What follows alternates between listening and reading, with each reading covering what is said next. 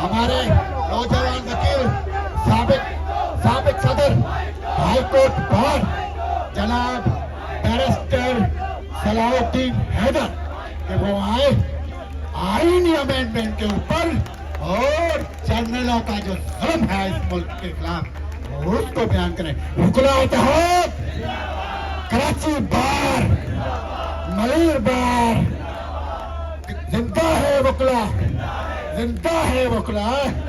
کالے کوٹ کی خاطر، کالی ٹائی کی خاطر، 22 کروڑ عوام کی خاطر، آئین کی خاطر، انصاف کی خاطر، دستور کی خاطر، پارلیمان کی خاطر زندہ ہے وکلا، زندہ ہے وکلا.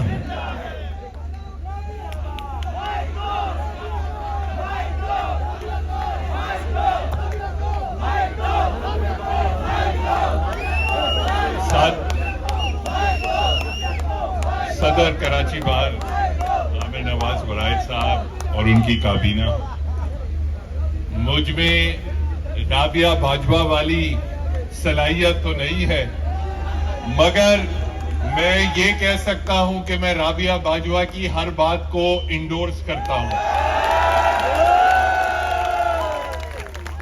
بات آج کل آپ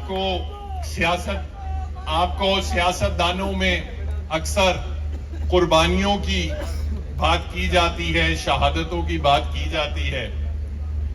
یہ سیاست دانوں کو تو پھر قربانیوں اور شہادتوں کے سلسلے کے بعد اقتدار بھی مل جاتا ہے.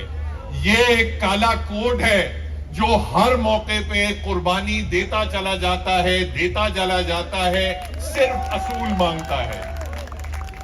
ہم نے یہاں، میں اپنے کچھ ہمارے دوست یہاں، میں صادق تنولی صاحب، ندیم تصدق صاحب کو بھی دیکھ رہا ہوں، ہمارے دوست آئے ہیں، ہر سیاسی جماعت سے ہر کسی کا تعلق ہے. آپ کو یاد ہوگا یہیں کراچی بار میں جب ثاقب نثار نے الیکٹڈ گورنمنٹ پہ دعویٰ کھول دیا تھا تو یہیں کراچی بار میں اجلاس ہوا تھا اور وہاں کنونشن ہوئی تھی. حامد خان صاحب اس میں بھی تشریف فرما تھے، کرد صاحب بھی تھے، منیر ملک صاحب بھی تھے، اور ہم نے اس وقت بھی الیکٹڈ گورنمنٹ کا ساتھ دیا تھا، کانسٹیٹیوشنل کا ساتھ دیا تھا. اس وقت ہمارے چند کچھ دوست تھے، وہ کہیں اور سے آئے تھے، وہ بھی آتے تھے، اپنے سیاسی مطالبات رکھتے تھے. ہم نے ان سے بھی یہی کہا تھا کہ جو پرنسپل کی بات ہے وہ بار کے پلیٹ فارم سے ہوگی. ہم قدر کرتے ہیں آپ کی سیاسی جماعت کا، ہم قدر کرتے ہیں آپ کے نظریے کا، مگر ہمیں حق بات کہنے سے کوئی سیاسی جماعت نہیں روک سکتی. تو اگر کل ہم یہ بات کرتے تھے تو ہم آج بھی وہی بات پہ اٹل ہیں، کیونکہ یہ جو آئین ہے، پچھلے مقررین نے کہا کہ پارلیمنٹری سوورینٹی کی بات کی، مگر یہ جو آئین ہے نہ کسی سیاست دان کی جاگیر ہے، نہ کسی جج کی جاگیر ہے.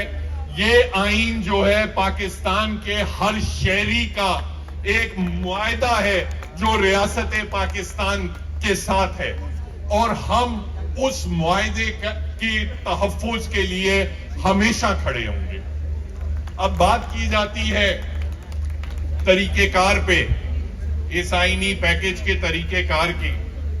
مجھے تو لگا یوں کہ ایک پیشنٹ ہوتا ہے، وہ ڈاکٹر کے پاس جاتا ہے میڈیکل چیک اپ کے لیے، تو ڈاکٹر صاحب فوراً کہتے ہیں کوئی شکایت، وہ کہتا ہے کبھی کبھی ڈاکٹر صاحب پیٹ میں درد ہوتا ہے. ڈاکٹر صاحب اسی کو گھسیٹتے ہوئے آپریشن تھیٹر لے جاتے ہیں. رات کے 11 بجے ہوتے ہیں، اپنی آپریشن ٹیم کو کال کرتے ہیں، فوراً آؤ اس کے گردے نکالنے ہیں.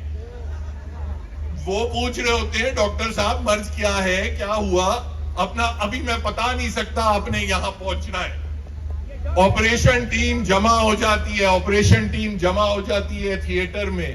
تو پھر اللہ کی قدرت ہے کہ جس نے بے ہوشی کا ٹیکہ لگانا ہوتا ہے وہ داڑھی والا ہوتا ہے، وہ اسے اس وقت خدا رسول یاد آ جاتا ہے، وہ کہتا ہے ڈاکٹر صاحب پہلے پتا تو کر لیں آپ کرنے کیا جا رہے ہیں, کیا سرجری کرنی ہے, کیا علاج کرنا ہے. تو اس کی وجہ سے 7 یا 8 دن رک جاتا ہے. یہ جو آئین ہے یہ ہمارا جسم ہے, اس کے اوپر اگر سرجری کر رہے ہیں آپ تو کم سے کم ہمیں حق ہے کہ آپ سے یہ کم سے کم پوچھ لیں کہ سر وہ مرض کیا ہے جس کا علاج کرنے جا رہے ہیں, کیا اس مرض کا علاج دوا دارو یا ٹیکے سے ہو سکتا ہے یا ضروری ہے کہ آپ نے سرجری کرنی ہے.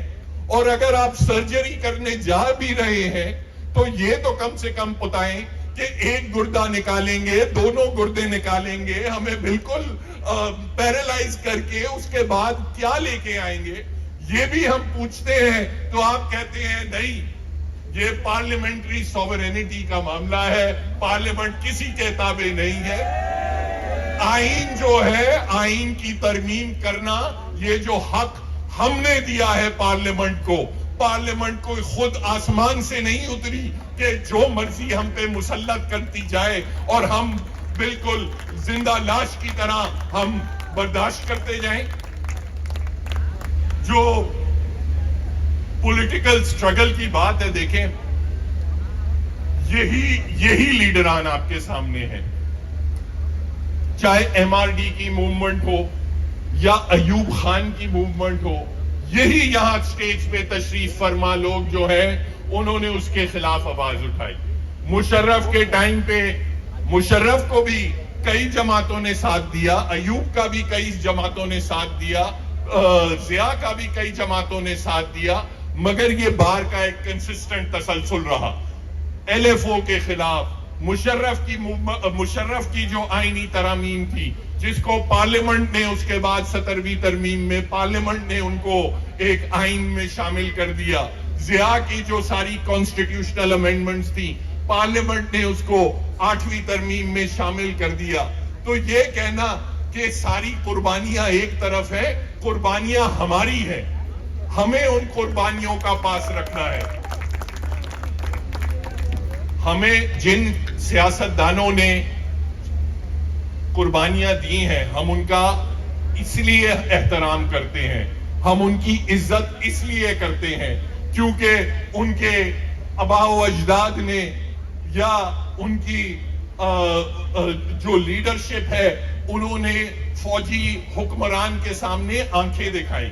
ہم ان کی اس لیے عزت نہیں کرتے کہ کسی جرنیل کے اشارے پہ ساری پارلیمنٹ پہنچ جائے ٹھپا لگانے. ہم اگر آپ یہ عمل کریں گے تو آپ اپنے جو لیڈرز ہیں, آپ اپنے جو آپ کے اینسیسٹرز ہیں, آپ ان کے ساتھ زیادتی کر رہے ہیں, آپ پوری عوام کے ساتھ زیادتی کر رہے ہیں. میری آخر میں ایک گزارش ہوگی, یہاں Peshawar high court, Lahore high court, Islamabad high court bar, Quetta Balochistan high court bar, تمام لیڈرشپ یہاں اس کنونشن میں موجود ہے.